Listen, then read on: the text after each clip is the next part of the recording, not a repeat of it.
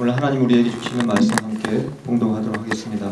고린도전서 10장 31절로 33절 다 함께 일어나셔서 같이 봉독하겠습니다. 고린도전서 10장 31절에서 33절까지입니다. 네, 제가 먼저 읽도록 하겠습니다. 그런즉 너희가 먹든지 마시든지 무엇을 하든지 다 하나님의 영광을 위하여 하라.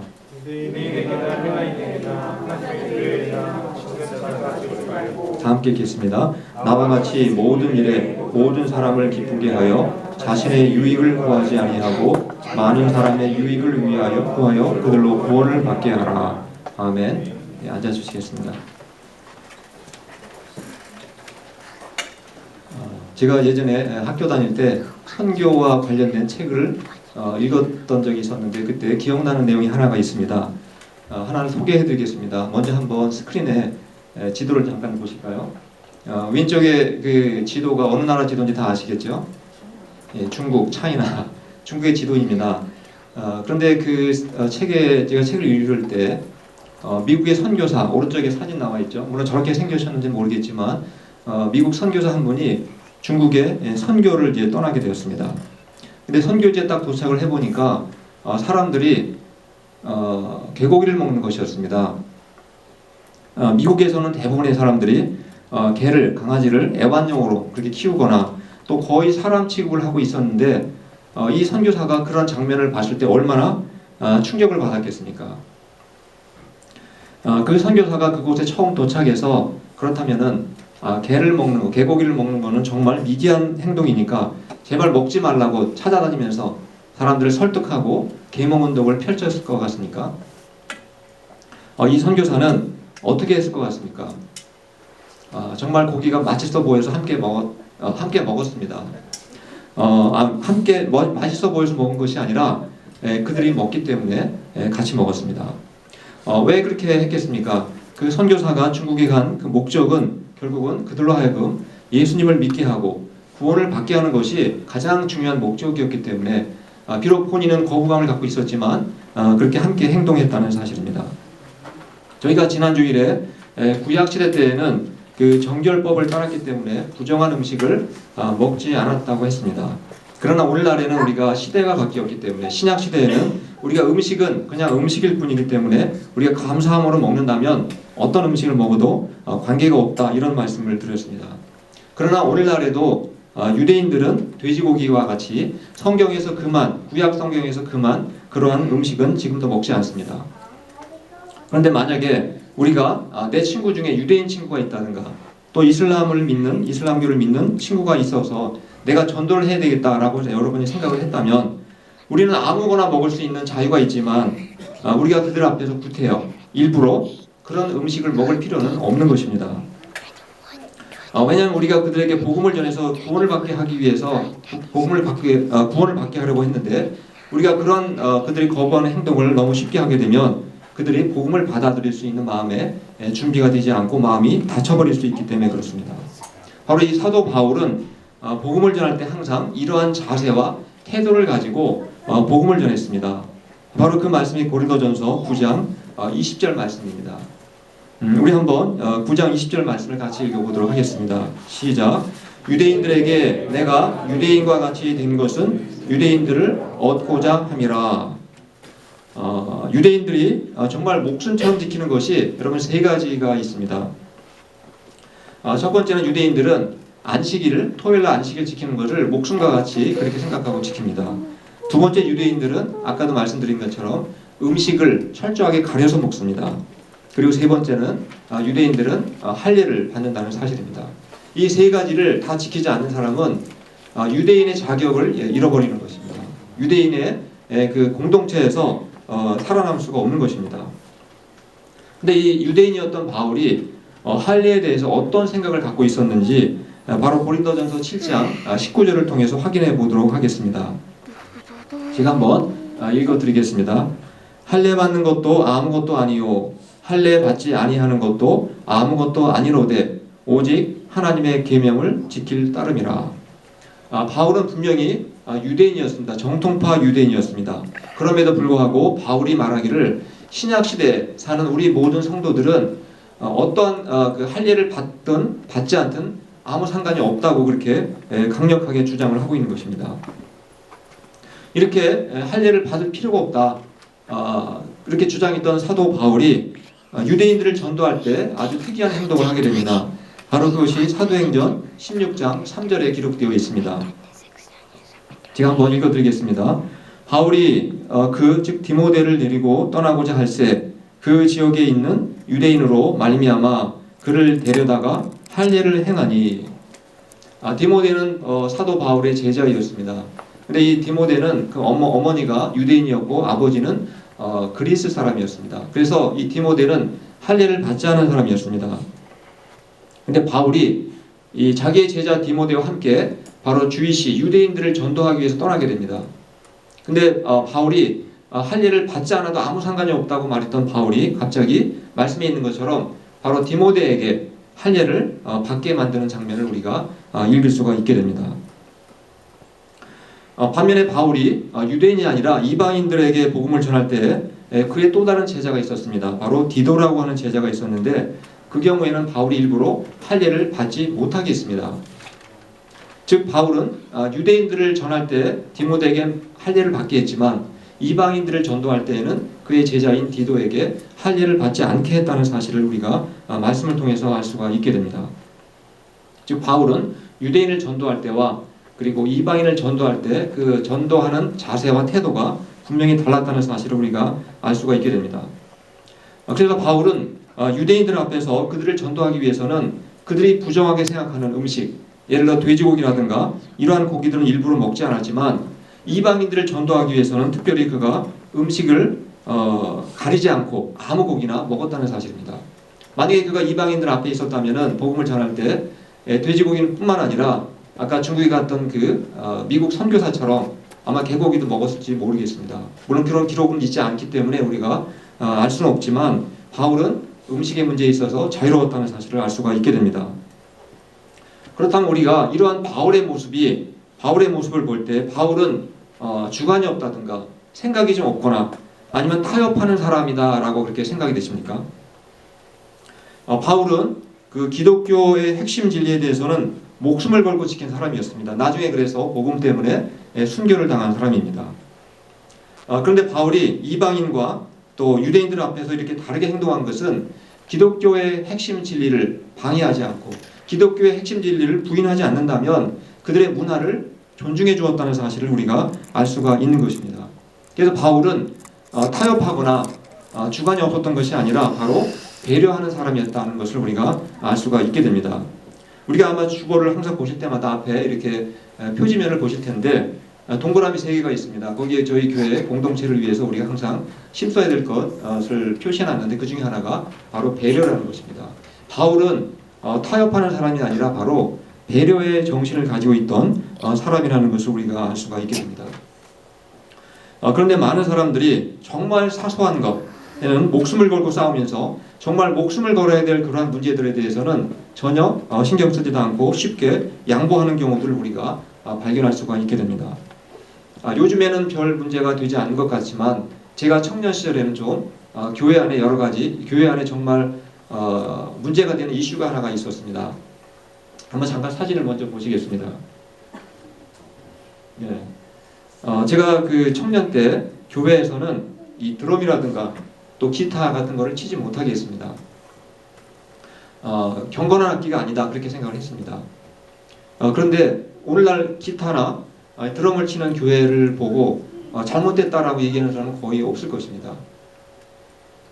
그 당시에는 이 기타나 드럼을 치는 것 이것 때문에 지금은 이제 논쟁을 하지 않지만 옛날에는 그러니까 바로 기타나 이러한 악기 때문에 상당히 논쟁이 많았다는 사실입니다. 오직 피아노만 경건한 악기니까 피아노만 쳐야 된다 그렇게 주장을 했습니다. 그래서 제가 좀 더 찾아보니까 이 피아노도 100년 전쯤에는 교회에서 금지했던 악기였다는 사실입니다. 아마 여러분 혹시 처음 하시는 분도 계실지 모르겠지만 이 피아노를 치게 되면은 술집이나 이런 세속적인 것이 생각나기 때문에 쳐서는 안 된다 그렇게 주장을 했다고 합니다.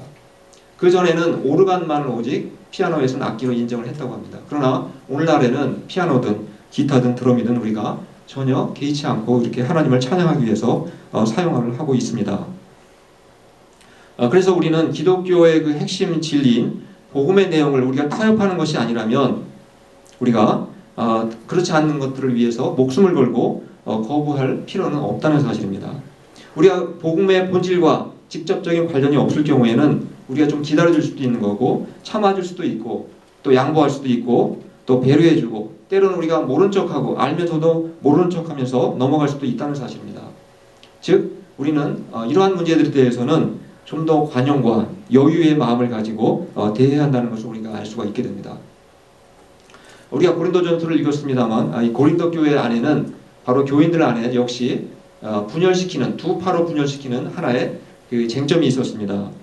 바로 우상에게 바쳤던 바로 고기를 먹어야 되느냐 말아야 되느냐 이러한 그 논쟁이 있었습니다.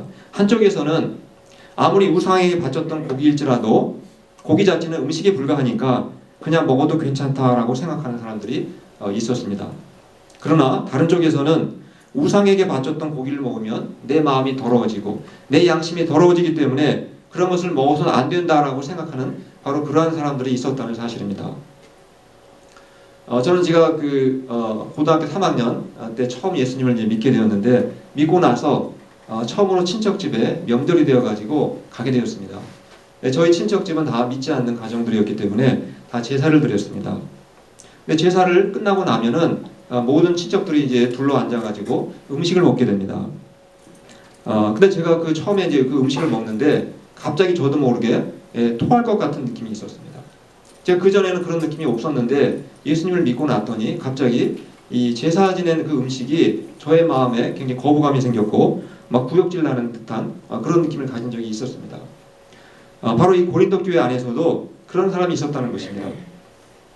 그 당시에 우상 신전에서는 그 짐승을 제물로 일단 바치고 나서 그 남은 고기가 있으면 그거를 시장에다가 갖다 팔았습니다.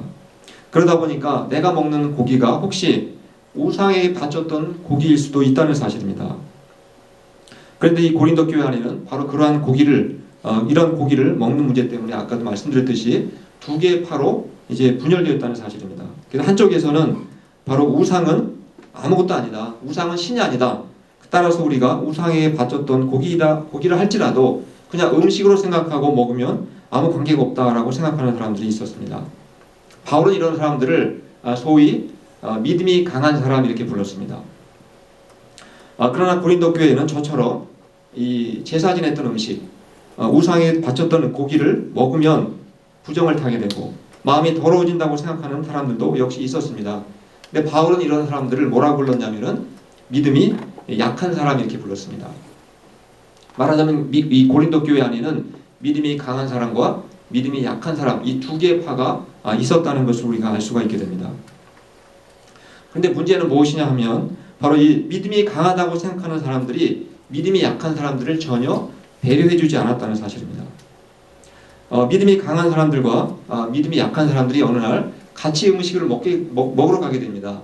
그런데 이제 믿음이 강한 사람들, 약한 사람들이 나중에 이 음식은 우상에게 바쳤던 음식이라는 사실을 깨닫게 됩니다. 그때 믿음이 강하다고 생각하는 사람들은 그런 거 상관없어. 그냥 우리가 음식이니까 먹으면 돼 하고 마구 먹었습니다. 맛있게 먹었습니다. 옆에 있던 믿음이 약한 사람들이 믿음이 강한 사람들이 그렇게 먹는 것을 보고 담력을 얻게 됩니다. 그래서 그들도 역시 따라서 음식을 먹게 되었습니다. 근데 먹을 때는 괜찮은 것 같았는데 다 먹고 나서 집에 돌아가 보니까 괜히 찔리고 마음이 거북해지고 그리고 내 마음이 더러워진 것 같은 바로 그러한 느낌을 갖게 되었다는 사실입니다.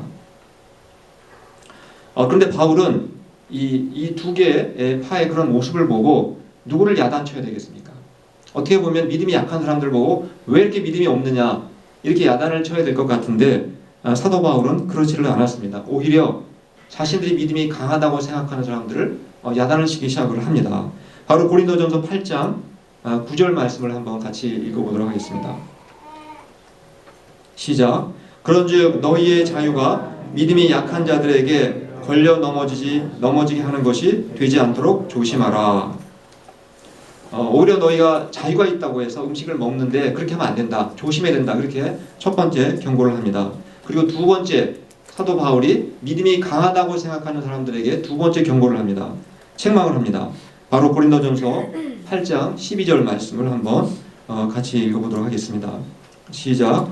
이같이 너희가 형제에게 죄를 지어 그 약한 양심을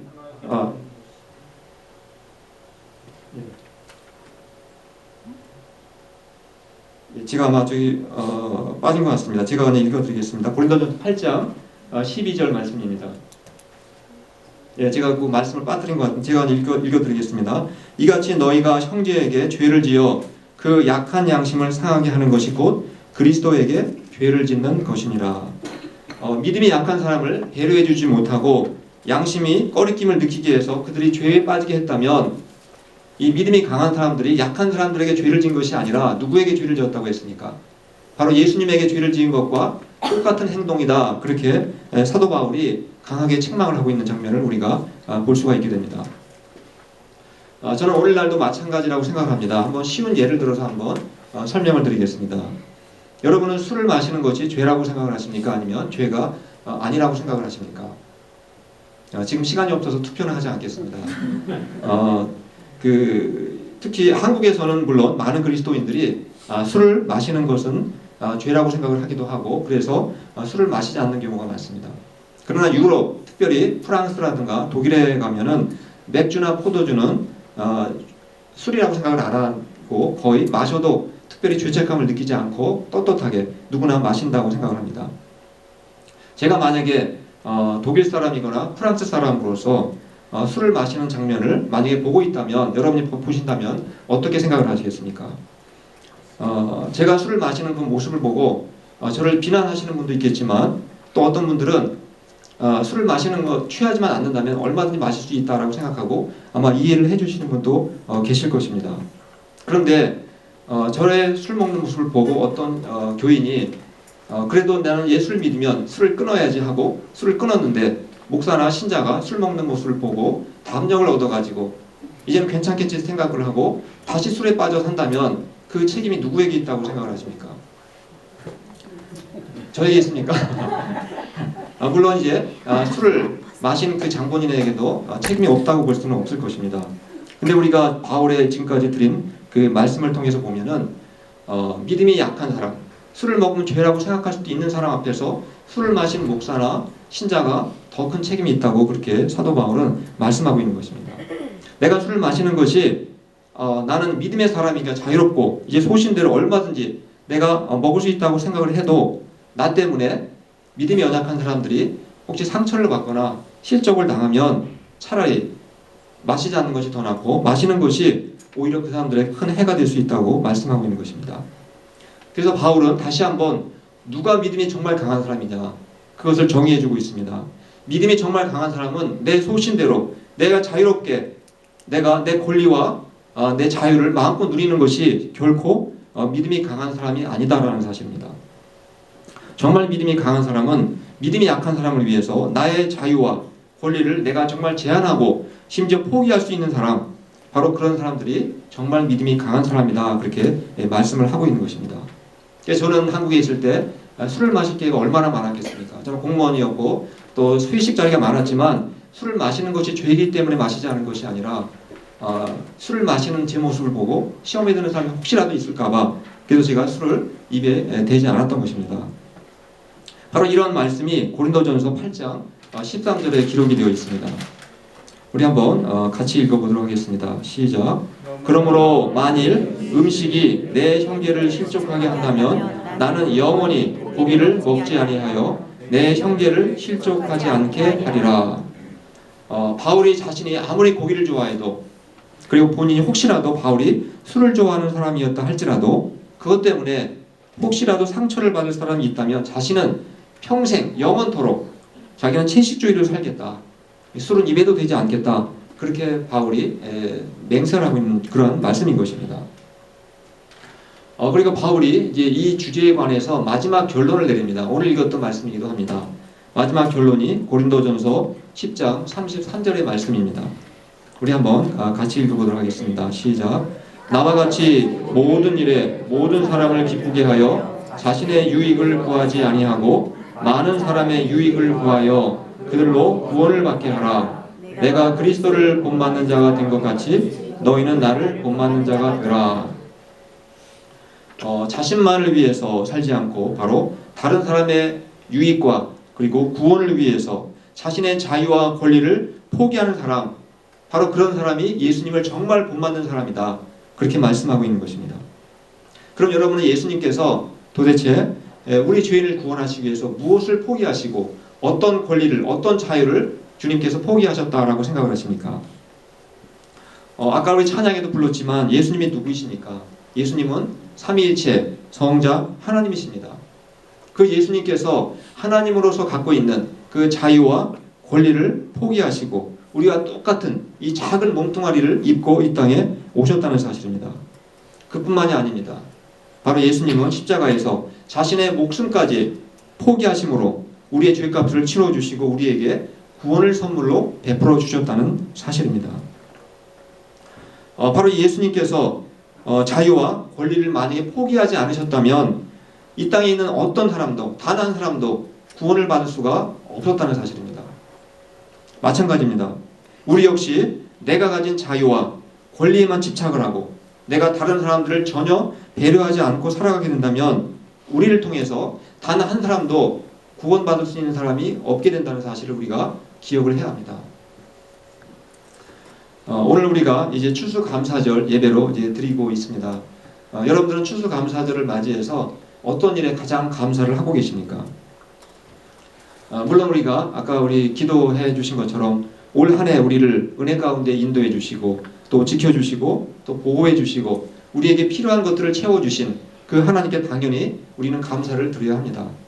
그러나 우리가 그것으로 그쳐서는 안 된다고 생각을 합니다. 우리가 그러한 것에 감사할 뿐만 아니라 바로 우리의 유익과 우리의 구원을 위해서 예수님께서 자신의 모든 자유와 권리를 포기하시고 그리고 목숨까지 내어주신 바로 예수님의 그 은혜에 우리가 더 깊은 감사를 드리는 날이 되어야 할 것입니다. 또한 우리 역시 이제 다른 사람의 구원과 유익을 위해서 배려하고 또 우리의 자유와 권리를 우리가 제한하고 또 때로는 포기함으로써 정말 예수님을 본받는 삶을 살아갈 수 있기를 바랍니다. 이렇게 살아가는 모습이 바로 어떤 감사의 예물보다도 하나님이 가장 기뻐하시고 하나님이 받으심직한 바로 그러한 귀중한 예물이 될 거라고 생각을 합니다. 우리 모두 오늘뿐만 아니라 우리가 날마다 이러한 삶을 통해서 하나님께 큰 영광을 돌리시길 바라고 또 감사가 넘치는 그러한 삶을 살아가시기를 간절히 축원합니다. 이 시간 기도하겠습니다.